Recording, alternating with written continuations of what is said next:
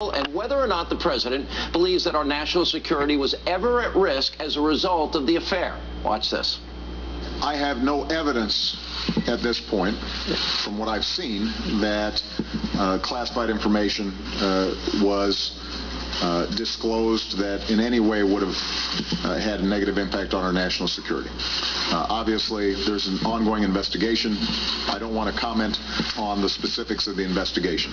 All right, here's the problem, Mr. President. Your administration has lost any and all credibility when it comes to investigating itself, and that includes Benghazi, because on that matter, above all others, you simply cannot be trusted, which is exactly why GOP senators are now calling for the formation of a select committee to lead the Benghazi inquiry. Let's look at this.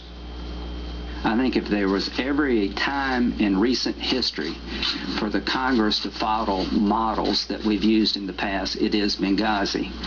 Watergate investigation benefited from a joint select committee. Iran-Contra benefited from a select committee. I think finding the truth about Benghazi is only possible if you combine the resources of these three committees.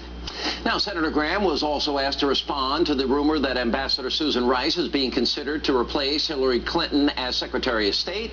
Now, needless to say, he wasn't too fond of that suggestion, considering Rice is the one who appeared on 5 Sunday shows blaming the Benghazi attack on a YouTube video.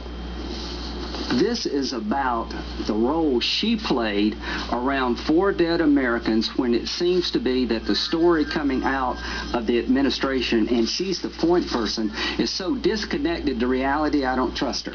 And the reason I don't trust her is because I think she knew better, and if she didn't know better, she shouldn't be the voice of America. Somebody has got to start paying a price around this place, but I am dead set on making sure we don't promote anybody that was an essential player in the Benghazi debacle. All right, it appears our president, Mr. Sensitive, took great offense to Senator Graham's critique. Now take a look at his very angry response. She made an appearance at the request of the White House in which she gave her best understanding of the intelligence that had been provided to her.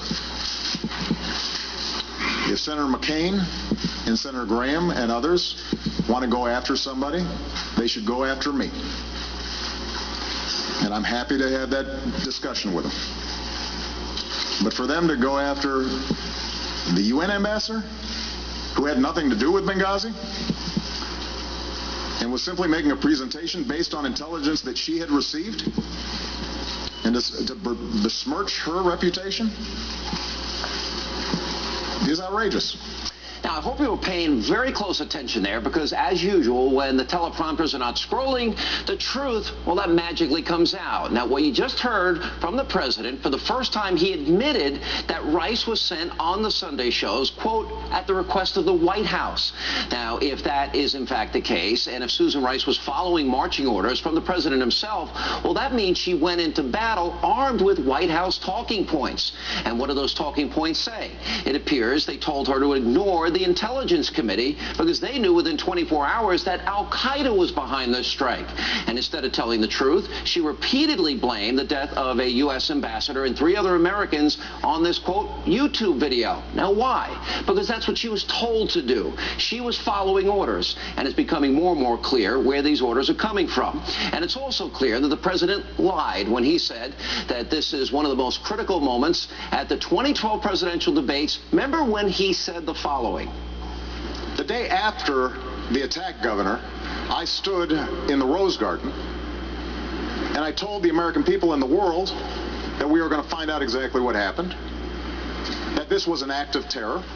Well, obviously that's not true, because the president now admits he sent Rice on TV to blame the YouTube video. Now, in a moment, Senator Graham will join me to respond directly to the president's challenge. But first, think about the exchange that we just witnessed, and then ask yourself, where were the follow-ups from the media? they were nowhere to be found. Instead, it was softball after softball. And so because the press, they failed once again to do their job, here are some of the questions that should have been presented today regarding Benghazi. First, Mr. President, did you know Ambassador Stevens made multiple requests for additional security after the British ambassador and the Red Cross left over fears for their security? Second, did you know that Charlene Lamb testified that the State Department was actually watching this attack in real time? Third, why did they not tell you that this was a terror attack? After all, supposedly, you're the commander-in-chief. And if they knew, and the Libyan president knew this had nothing to do with a YouTube video, then why couldn't you admit that to the American people? Also, will you make the video and audio tapes that exist from the attack available to the American people? And also, lastly, who told the two Navy SEALs to stand down? Was it you? Did you deny requests for assistance that could have saved American lives? Now, one day we're going to find out the answer to all of these questions, Mr. President, and for that very reason, I'd be very careful daring congressional investigators to look in your direction. And joining me now to respond directly to the president's challenge is South Carolina Senator Lindsey Graham. Senator, welcome back to the program. Thank you. Those are good questions. Well, they weren't asked today. So I have more questions at the end of today than I do answers. Let's get your initial reaction to the presser today. Well, number one, I can't believe the president said that we sent someone out to explain Benghazi who had nothing to do with Benghazi. That's pretty stunning. Yeah. Why did they pick her? If she had nothing to do with Benghazi, she's not in charge of consulate security. She works in the UN.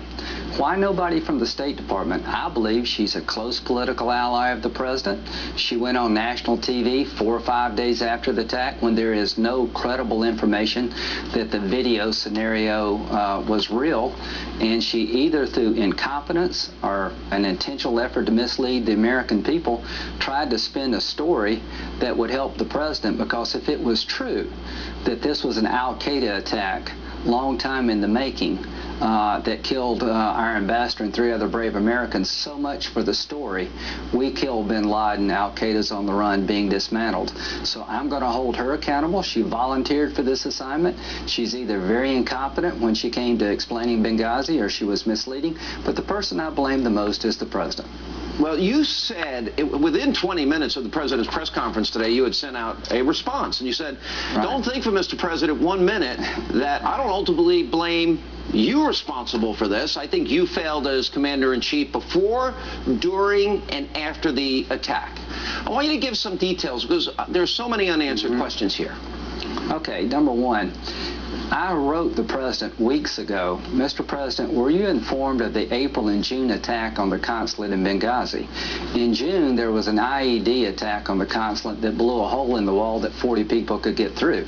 Were you informed that the British decided to close their consulate because the British ambassador was attacked by al-Qaeda militia?